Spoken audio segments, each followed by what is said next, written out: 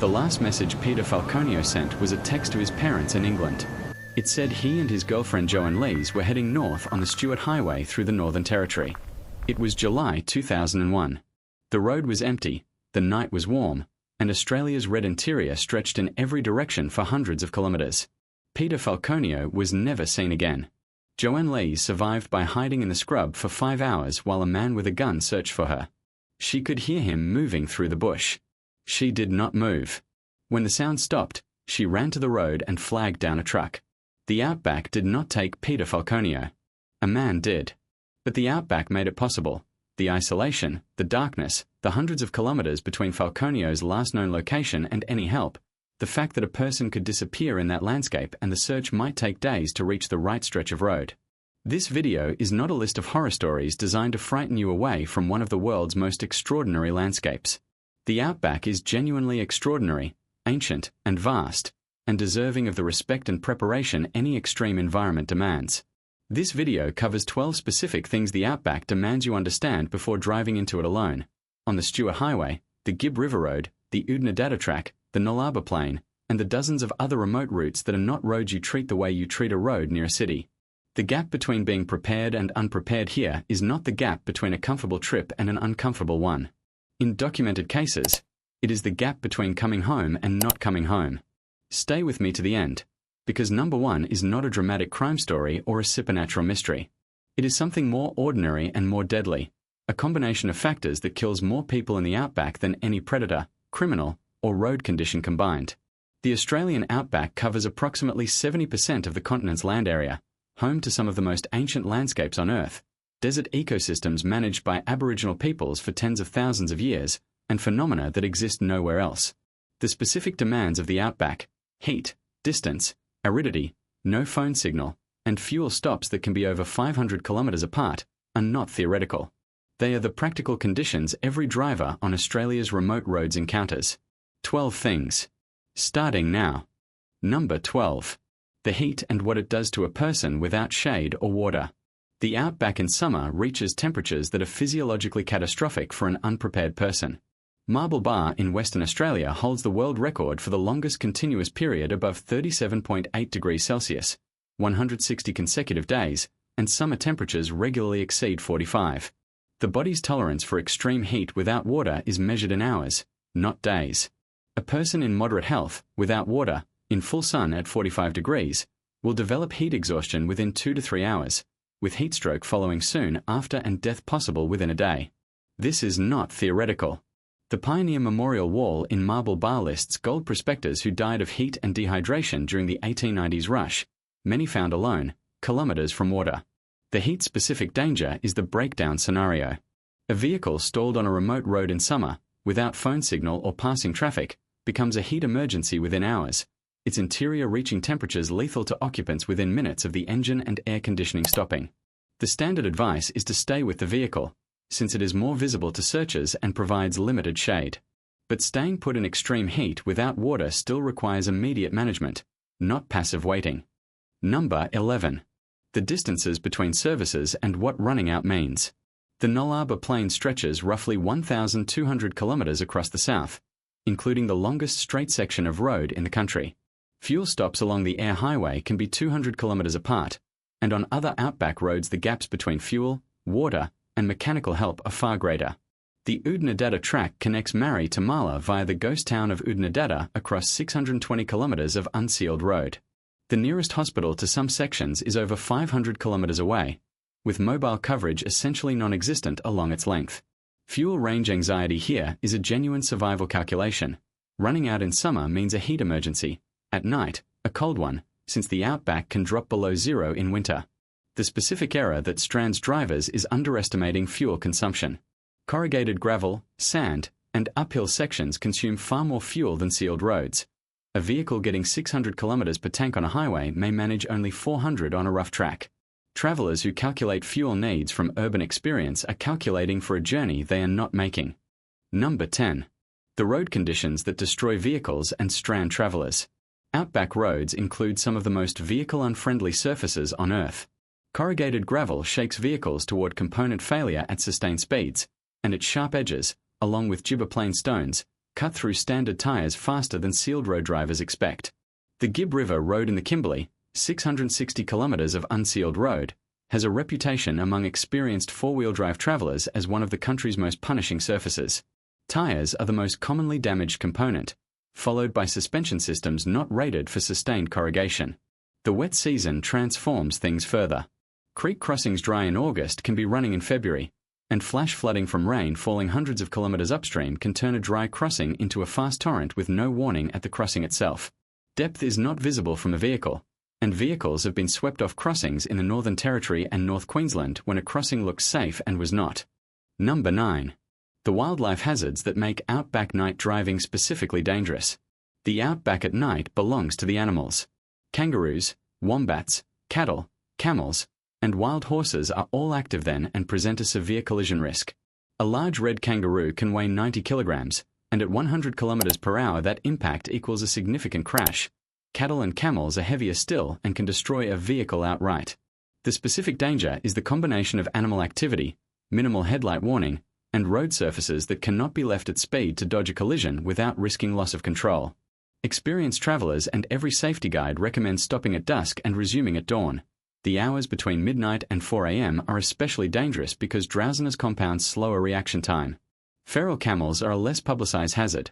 Australia has the world's largest population, roughly 1 million, and a feral camel stands about 2 meters at the shoulder, weighing 500 to 800 kilograms, with eyes that reflect headlights poorly, making it nearly invisible until collision is unavoidable. Number 8. The communication blackout and what it means when something goes wrong. Mobile coverage in the outback is, for the vast majority of the interior, non-existent. The network covers roughly 3% of the continent's land area. The remaining 97%, which includes virtually all outback roads, has no signal. This is not a minor inconvenience. When something goes wrong, the absence of coverage means the person in need cannot call for help. A rescue a city dweller could summon in minutes requires, out here, a satellite communicator, a radio, or a passing vehicle, and on remote tracks the gap between passing vehicles can be 24 hours or more. The technology that addresses this is the Personal Locator Beacon, a satellite-activated device that, once triggered, sends a distress signal with GPS coordinates to the Australian Maritime Safety Authority. PLBs are inexpensive, reliable, and legal without a license, yet many people still drive relying on coverage that doesn't exist, and delayed rescues from this are documented in rescue service reports. A PLB requires the user to be conscious and able to activate it, but it is the minimum backup for any solo journey. Number 7. The crimes that have occurred on Australia's remote roads. The outback's isolation makes it attractive to people who wish to commit violence without witnesses, documented across several of Australia's most significant criminal cases. Ivan Milat murdered 7 backpackers in the Belanglo State Forest south of Sydney between 1989 and 1992. His victims had accepted rides or were hitchhiking, and the forest's remoteness meant some bodies went unfound for years. Bradley Murdoch was convicted of murdering Peter Falconio on the Stuart Highway in 2001. Falconio's body has never been found. The case established that remote roads let a predatory individual stop a vehicle, commit violence, and have hours before any response is possible. The risk itself is not high. Most people who drive remote roads encounter nothing worse than a flat tire. But the isolation and delay before help arrives makes certain crimes more viable than in populated areas. The precaution experienced travelers take is ordinary situational awareness, knowing who is on the road, being cautious about unknown vehicles, and carrying a device that works when a phone does not. Number 6. The people who disappeared in the outback and were never found. Not all outback disappearances have explanations. Some are reconstructible from physical evidence. Others leave no trail at all, no vehicle, no body, no witness. In April 1958, prospector Jern Scaliro disappeared in the Western Australian goldfields near Kalgoorlie. He had told people where he was going but never arrived, and his vehicle was never found despite a search covering hundreds of square kilometres. In 1988, a family of 3 vanished while crossing the Nullarbor Plain by car. Their vehicle was found abandoned with signs of a camp, but no explanation was ever established, and the case remains officially open. These cases are not isolated.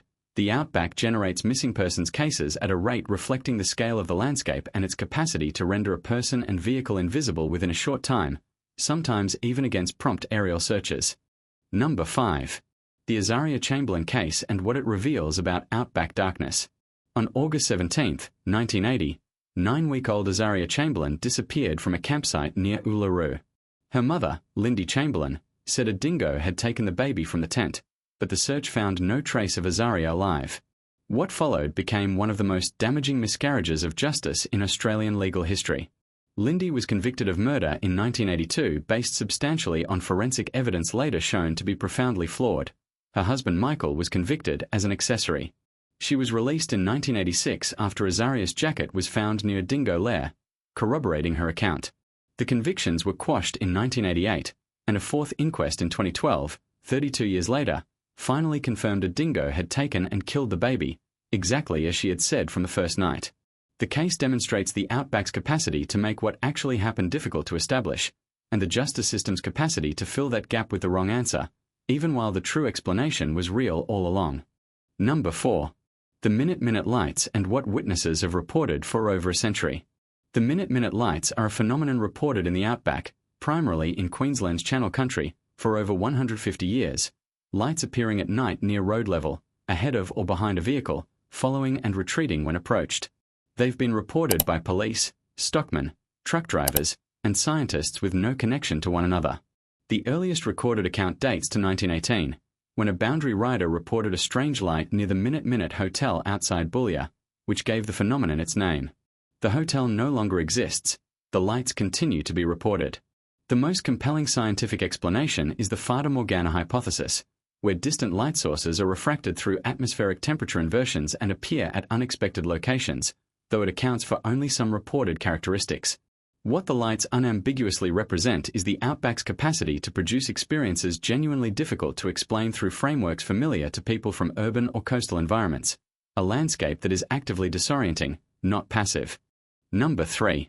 The specific preparation failures that turn Outback journeys into emergencies. The Outback kills unprepared people in predictable, documented ways, and the same failures recur across different people, roads, and years. Water is the most common shortfall. The recommendation is a minimum of 10 litres per person per day in summer, enough for a breakdown lasting several days, yet the amount people actually carry is often a fraction of that, calculated for the drive rather than for the drive going wrong. Tyres are second, a single spare on a track where failures are routine strands travellers regularly, and the recommendation is 2 spares plus the equipment to change them. The third failure is not leaving a specific itinerary with a contact. Telling someone where you're going and when to expect you, and following up if you don't arrive, is what allows a prompt rescue response. Number 2. Why the Outback is worth it, and why that makes preparation more important. Everything in this video is true. The heat kills, the distances strand, the roads damage vehicles, the wildlife creates collision risk, the communication blackout turns emergencies into survival situations. And the Outback is still one of the most extraordinary places on Earth. The ancient rock formations of the Kimberley, the ochre gorges of the Flinders Ranges, the starfields above the Nalaba, the silence of the Gibber Plains at dawn, the red-gold-purple light of an Outback afternoon, a landscape that has existed for billions of years and will outlast every road and traveller. Every part of the Outback is someone's country, ancient and spiritually significant in ways roadside maps don't capture, from Ngunnawal lands around Canberra to Arrernte country near Alice Springs to the Anangu connection to Uluru. Travelling here with proper preparation, cultural respect, and humility is one of the most significant travel experiences available anywhere. The people who do it properly come back changed. The people who do it improperly sometimes don't come back at all. The Outback is worth the preparation, and the preparation is not optional. Both are equally true. Number 1. The single combination that kills more people in the Australian Outback than anything else. It is not a dramatic crime, a supernatural phenomenon, or an animal attack. The single thing that kills more people than any predator, criminal, road condition, and weather event combined is this: the decision to drive on when the sensible decision is to stop. Search and rescue professionals identify the same pattern repeatedly. A person hits a breakdown or a slower than expected route, and instead of stopping, camping, activating their beacon, and waiting, they walk out, drive on despite a damaged vehicle, or keep moving despite deteriorating conditions. This decision converts a survivable emergency into a fatal one, driven by underestimating the environment, overestimating one's own capacity to manage it, and the psychological difficulty of accepting that the right answer is to sit and wait for someone else to arrive. The Outback will not kill you if you stop, stay with your vehicle, use your beacon, have your water, and wait. It is patient, and rescue services are good. A promptly reported emergency is survivable in the vast majority of cases. What it will not forgive is the decision to keep going when the evidence says stop. Do not travel the Australian outback alone without water, a beacon, 2 spare tyres, an itinerary left with a contact, and the knowledge that if something goes wrong, your job is to stop, signal, and wait. Everything else in this video is context. This is the instruction. Share this video. Subscribe. And before your next outback drive, check the preparation list, not the phone signal. See you in the next one.